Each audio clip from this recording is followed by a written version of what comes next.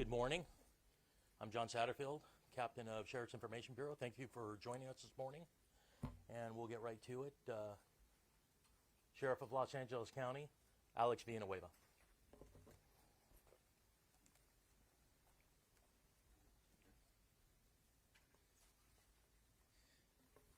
Good morning, everyone.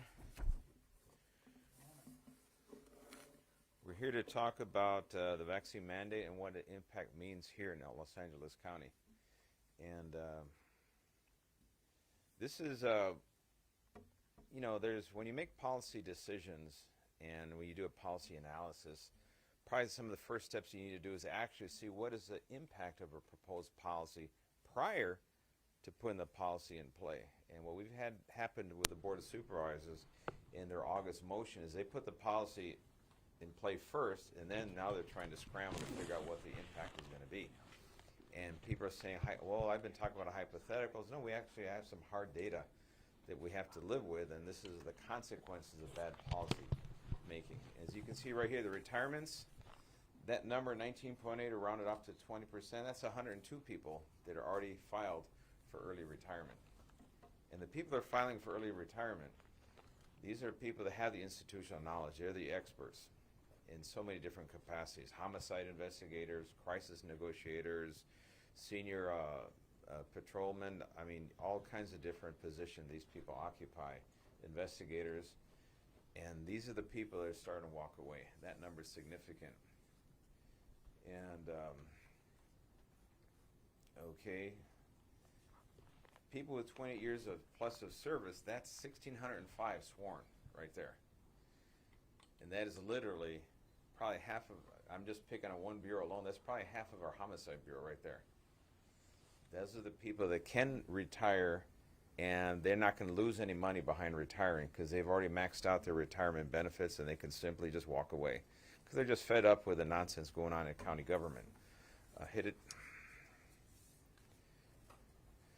Now these people, 238, that's the number of people who have filed for leaving the department in different ways, transferring to other agencies outside of LA County, outside of the state of LA. Some people switching careers. These are numbers that people already submitted paperwork. Okay. Workers' compensation claims. The saying is that people vote with their feet. Now we've also seen a 22% rise in workers' comp claims. That's 315 more people than the same time last year. And again, this is all related to the COVID response, or the vaccine mandate. Now let's slow down a second here, because remember that 22%, also remember the 20% from the early retirements. Those two numbers alone, that's 417 individuals. Add the 238, now we're up to 655 people that are already putting in motion plans to leave the department, or they're already gone from the department. That's significant. Okay, let's go. Now, registered. Fulgent is a system that the county is using to register and track who's complied with the vaccine mandate or not. And you can see the number totally registered, 79.5, and you can see between sworn and professional staff what the numbers are roughly. So we got 75.2% for sworn, 87% for the professional staff, so a total 79.5. Now let's go on to what it boils down to, actually the vaccine mandate itself. People are vaccinated. For the whole department, we're sitting at 51.7 as of this morning. And you see there's quite a difference between our professional staff at 67.2 and our sworn staff at 42.8. That's quite a difference between the two. A lot of this is driven by people just don't have faith in the vaccine. Some of it is driven by a political ideology. Some of it might be irrational. Some of it, people have a legitimate reasons why they don't trust the vaccine. And in a department, in this profession, which tends to be dominated by people that have more conservative leaning, this is what you expect. In very similar numbers you're seeing in our fire departments throughout the nation, and also in police departments as well. Okay, go on to the next. So subject determination, these are people who are not vaccinated, are registered in the Fulgent system. That's the grand number right there, 4,185. If you look at the sworn number, 3,137, that is the size of almost our entire patrol operation right there. Similar, it's almost the size of our entire custody division operation. So imagine what would happen if every one of these was forced or was terminated. What would the department look like? All right, go on. So we compared with other counties, what's going on with other counties that surround us. Turns out every single one has a no. Orange County, we put an asterisk because their patrol is no vaccine mandate. Their custody operation, which has a medical component, it has a vaccine mandate. Our department, we have a vaccine mandate for those who work in our custody, our correctional treatment center. In a medical setting, they comply with the state requirements for vaccines. And we're able to accommodate that. Okay, but you can tell the surrounding counties, it's a big no. And most significant, about half, at least half of all of our sworn personnel don't live in LA County. They live in the surrounding counties. They cannot afford to live in LA County. So Riverside County, San Bernardino County, Ventura, all of those in Orange County as well, all of our residents or our sworn personnel live in these counties. So you can see it's very easy for a deputy who lives in another county to say, you know what, they're hiring, they don't have a vaccine mandate, and they can just jump ship that quickly. All right. Now, let's go on to the next one. Now, a lot of confusion was generated by the board because initially, if you recall, this is the recommendation, board motion number 21. They want to do a vaccine policy, including a requirement for counties to be fully vaccinated, or they must undergo weekly testing. That was back on August 10th. And that was the initial board motion. However, look at the revision that happened afterward. As submitted by Supervisor Solis, now all of a sudden the testing disappeared and all employees were required to provide full proof of vaccination. So between that date and today, you're seeing all kinds of iteration and deadlines and, well, how are we going to do this? And because they're asking the questions first, they put the cart in front of the horse. And it's comical, but sadly, it's actually disrupting our ability to provide public safety services to Los Angeles County, as you can see by the numbers that we're showing you. And hold on one second. With that being said, this needs to be aired out publicly. And we need to hear this debate. And what we're getting is this Zoom thing. Just like right now, as we speak, there's another Zoom meeting of the board. But go on to the next. SoFi Stadium. Next one. Dodger Stadium. Last but not least, Staples Center. All of these places, people are congregating shoulder to shoulder, screaming at the top of their lungs without masks.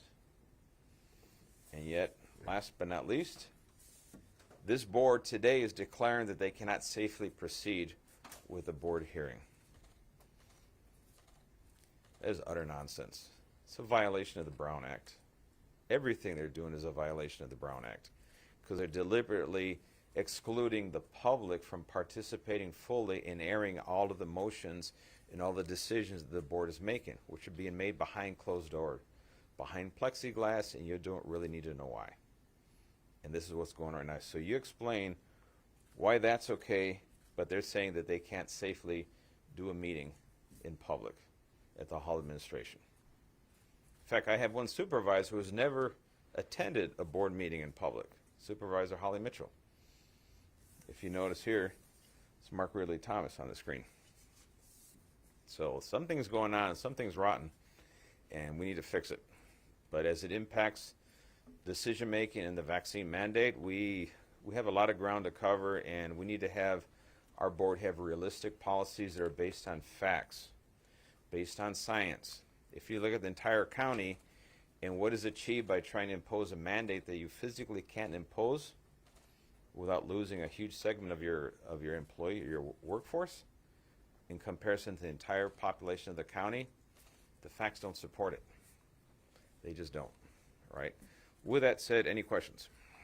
Has anyone specifically specifically quit or retired early because of vaccine mandates? And if so, how many employees? And how do you know it was for that specific reason? Well, I just showed you the uptick. Has The anyone actually specifically said that they're quitting or retired early because of the That's the information that we're getting from our employees, and that's what we're seeing from the increase. And just the Fulgent requirement alone, in fact, let me point to the Fulgent. The whole Fulgent system was designed to have a database to see who's vaccinated and who's not vaccinated. But the county, in their infinite wisdom, decided, hey, let's do a population study so we can explore vaccine equity. And then you start asking questions about people's sexual orientation, all kinds of very personal questions, with the promise that they're not going to share it with anybody else and it's just for a study on population. Why on earth would you blend the two things when people are already very hesitant to provide personal data to anybody because of all the issues with data breaches? And that's what the county did. So, armed with that information, just on the registration, we're getting to where we need to be on the registration. But yes, people are not happy with the vaccine mandate. The fact that we're seeing the uptick, we are attributing it to the vaccine mandate. But what's your, do the deputies have to get other vaccines as part of their employment with the county in order to be an LA County Sheriff? No. There's no. No. So, Sheriff, what are you trying to accomplish by your public relations campaign on this subject? Are you hoping the board will rescind the motion? I think the board needs to actually start doing policies based on facts and doing studies first and understanding what they're doing and asking the impact first before committing themselves. Because they literally went all the way down the rabbit hole without asking, hey, is this the right hill to die on? Because you have to weigh the benefit and the cost to any policy. For example, and we have competing priorities because the vaccines are good, they save lives, particularly for the individual because they're going to minimize the impact of severe complications. We all know that. However, not everyone believes that. But because we have competing priorities, we have to provide public safety, and right now I'm severely understaffed as it is, as the most understaffed agency in the entire nation. To throw this on top of that, you're really tempting the hand of fate. So when you have competing priorities, I'll give you a prime example. If you're in the deserted island, you're faced with, you got one choice, either food or water, which one do you take? Well, you know well that you can survive without food for about 30 days, but you're going to start deteriorating, but you're not going to last past 3 days without water, so you pick the water. But the board decided to go down and pick the food and skip the water, and that's where we're at today. I think I got you first, and then Pete, and then you, Frank. Sure. Are you asking every deputy or personnel who's putting in for potential retirement or leaving their own self-terminating? Are you specifically asking them why? What's your proof that you're? We're doing exit interviews on everyone who leaves the department, and we'll have that qualified, quantified, and we'll make that public. When? Not individually, but collectively. So what numbers are you looking at? How many? We'll do it on a quarterly basis. But this uptick here is statistically very, very significant, and to attribute to something else is disingenuous. Well, it could be the feeling of Sure. law enforcement these days. Let her finish her question. Well, yeah, there is a negative thing going towards law enforcement in general, and this could just be the straw that broke the camel's back. One more thing that, okay, we're tired with this whole thing. And don't you feel that your deputies' your personnel's responsibility not to infect the public? You know how they're going out, they're seeing people more than anybody else. How can you be sure that they're not getting other people sick? Well, I have yet to see any contract tracing data that points to deputies infecting anybody. Have you had that information? Not yet. Again, in fact, we've seen a dearth of information of contract tracing now this year, but last year there was all the rage, contract tracing and all these outbreaks. In fact, last year it was all about ICUs, it was about ventilators, about positivity rates. Have you noticed that all that language has just kind of like disappeared now? And everything is focused on the mandate? I guarantee you, if you overlay the mandates with the political affiliations of the people pushing it, it becomes very political in nature, but not based on science. And that's my concern here. Pete. Sheriff, realistically, given what you're hearing on people wanting to transfer or retire at this point, by December 31st, how many people are you going to lose in the LA County Sheriff's Department versus the level where it's supposed to be, where it would be after December 31st? Well, typically every year we lose about 500 to normal attrition retirement. Now it's bumped to over 600 just on the retirement side.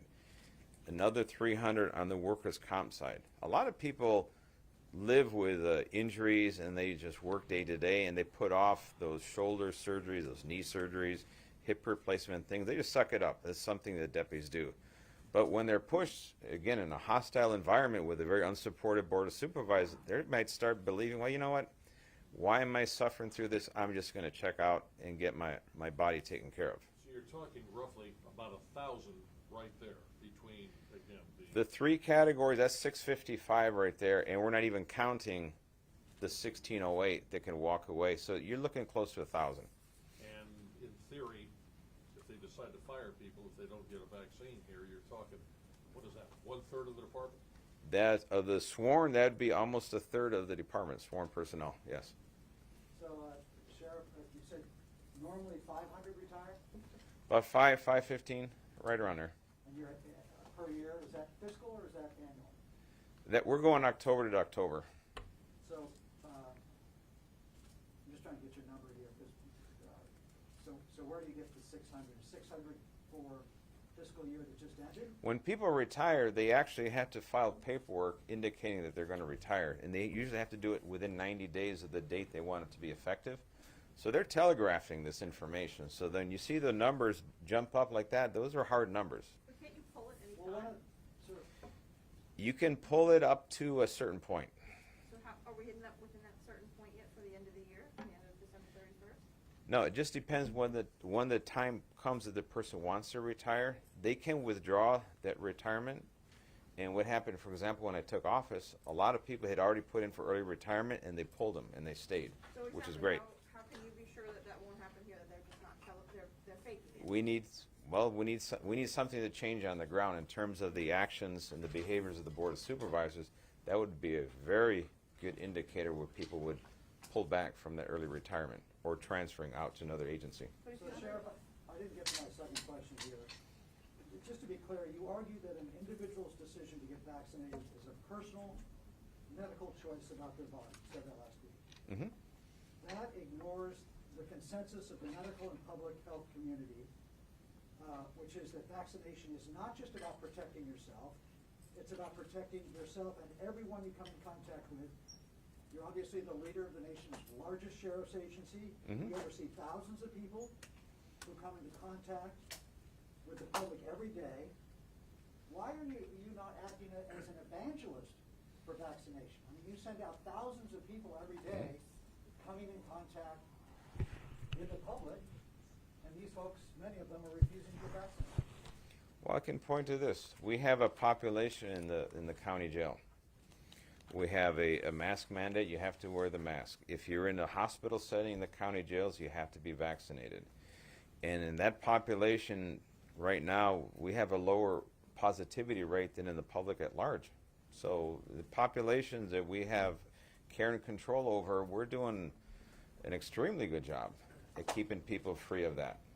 And you have to remember, though, that human nature is, when someone's telling you have to do something because whatever the reasons are, there is going to be a natural reaction against it in certain segments of the community. That's just nature of the beast. And the same thing is true in law enforcement. Yeah, but you're their boss. You're the sheriff. Why don't you order them, knowing that the public health and the science say that they could be transmitting the virus, why don't you order them? Because we're comparing risks. For example, if everyone shows up to see a Dodger baseball game and they're willing to submit to that risk, are we picking and choosing which risk is the ones we like and which is the ones we don't like? How many people, every single person in this room has gone to a restaurant and removed your mask and you ate it? And you had no idea about the vaccine status of the person next to it, yet you did it, you didn't bat an eye. So the question is, no. And that is the whole issue, Frank, is we're picking and choosing when we decide that, hey, we're afraid, or when we're not afraid, and we want to impose that on somebody else. And I say, and I'm encouraging everyone to get vaccinated, and I think we're on a good path. And had they not talked all this nonsense about the mandate, I probably would have got better results at getting my employees vaccinated over time. But remember, the push is against the mandates, particularly when it comes at this expense. So, other depends your map and data. Mhm. Because did you guys give to the board of the supervisors any like a report and let them know this is a very dangerous number, you just lose the deputy. So any report to them, and they give you some like reply. And number two question, it's I think so many police officer, they don't have the enough knowledge probably from you, or anybody from medical professional. So do you think that anyone can hire or invite some medical professor from UCLA or USC come to here to give the seminar or class to let them know what's from the science part? Well, in an ideal world, the Board of Supervisors would ask questions first and then shoot later, but they shoot first and then they ask the questions. That's why you see these rolling deadlines, because they're not lined up. They haven't gone through the meet and confer process with the unions. There's so many things that are out of whack here and disorganized. And there's always that rush to, hey, let's be the first to do something. Let's be the first to impose a mandate. Let's be the first to do this or that. We saw that throughout the pandemic, and a lot of stuff was not based on hard data, like deciding which businesses were essential and which were not essential. Prime example. And that was not based on science. That was based on just policy decision. Other government agencies like police departments and school districts have shown that employees will get vaccinated if it's a requirement to remain employed.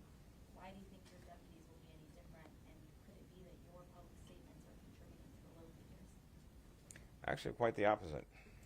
I think the fact that I've been encouraging people to get vaccinated, I'm vaccinated, you have to lead by example. Well, if you go throughout the entire state of California, I'm no different than pretty much every other sheriff. And if you look at Southwest Airlines, American Airlines, their entire operation was shut down because pilots did not want to get vaccinated. And who's flying the planes? People that can say, you know what, I'm retired, I'm done with this.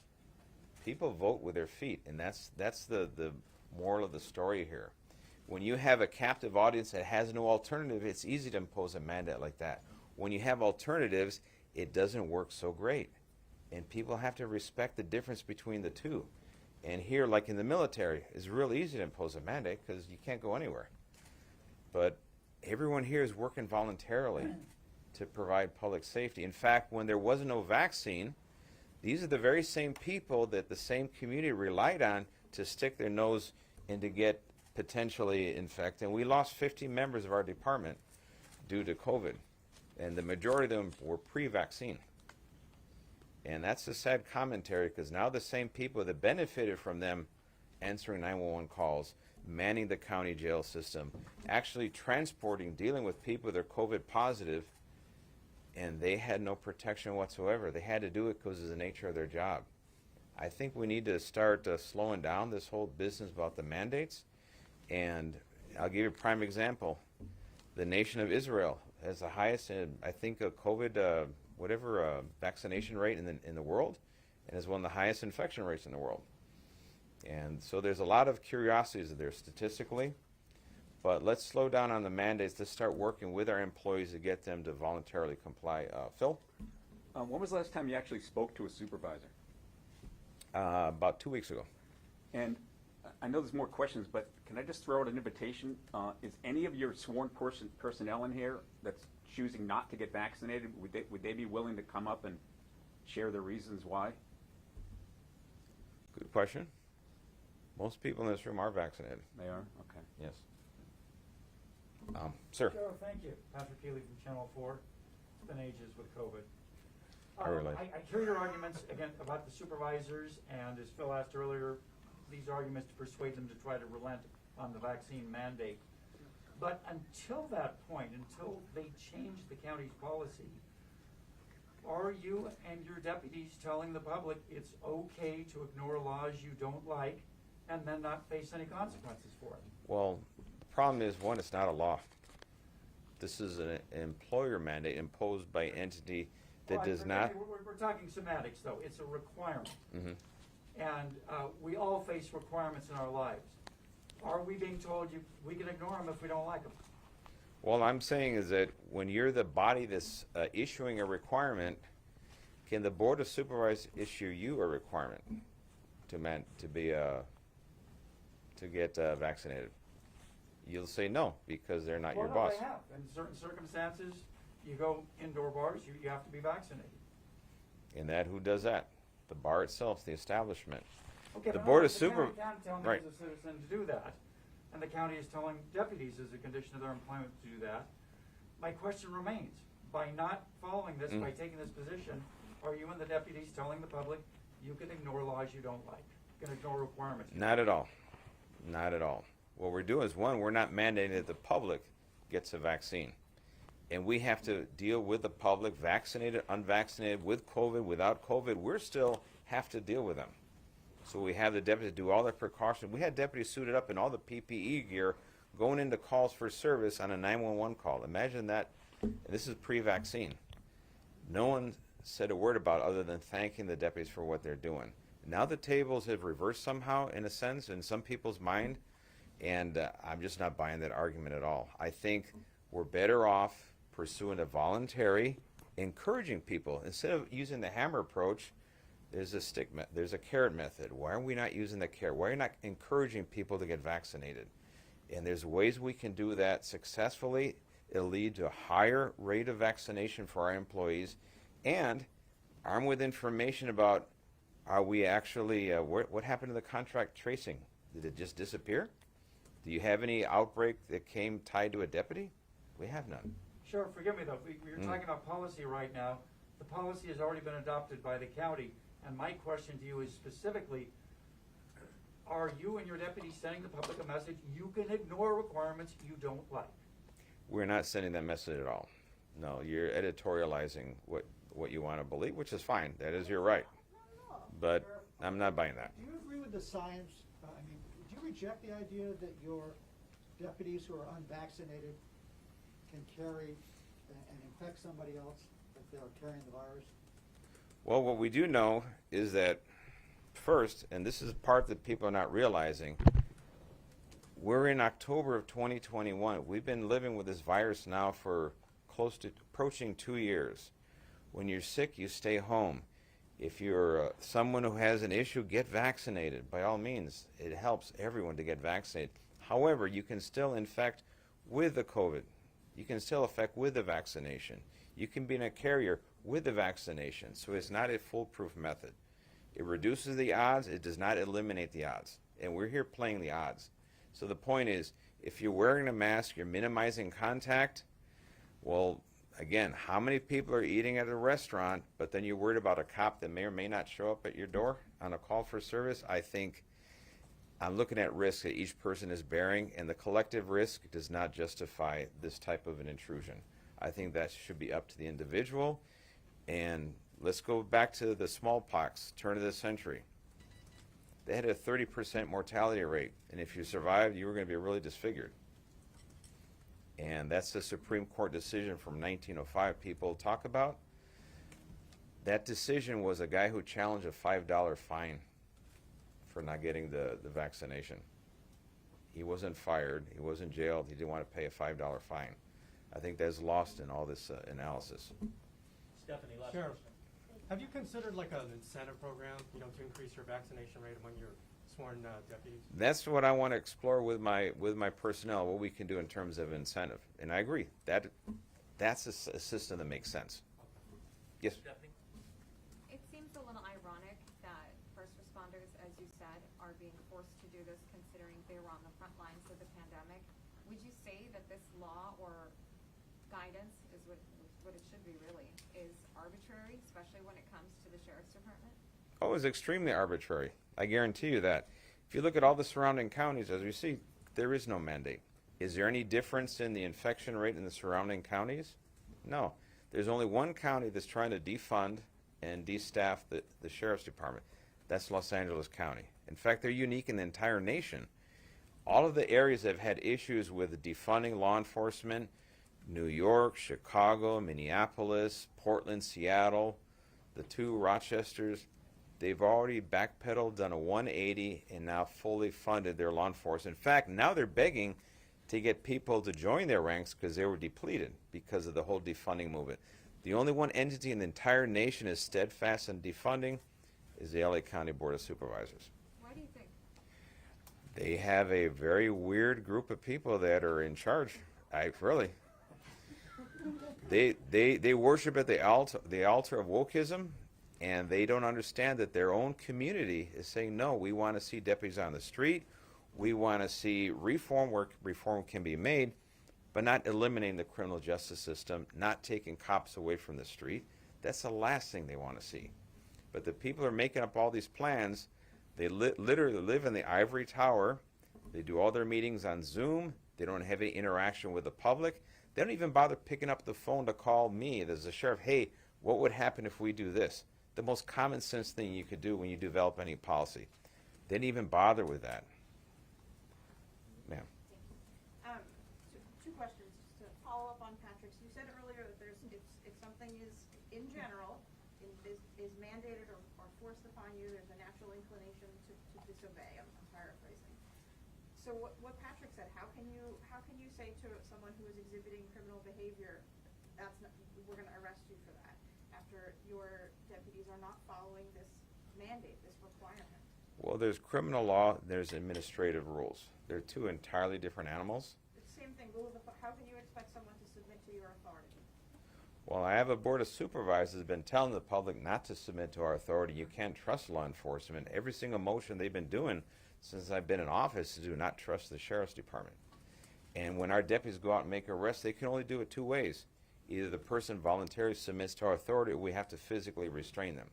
So they're driving up violence on the streets by all these motions. So it's kind of disingenuous to now turn around and say, well, you need to respect the rule of law, yet they're the ones actually undermining the rule of law by their actions against the sheriff's department. So what do you tell a criminal on the street who does not want to comply with your deputy's authority?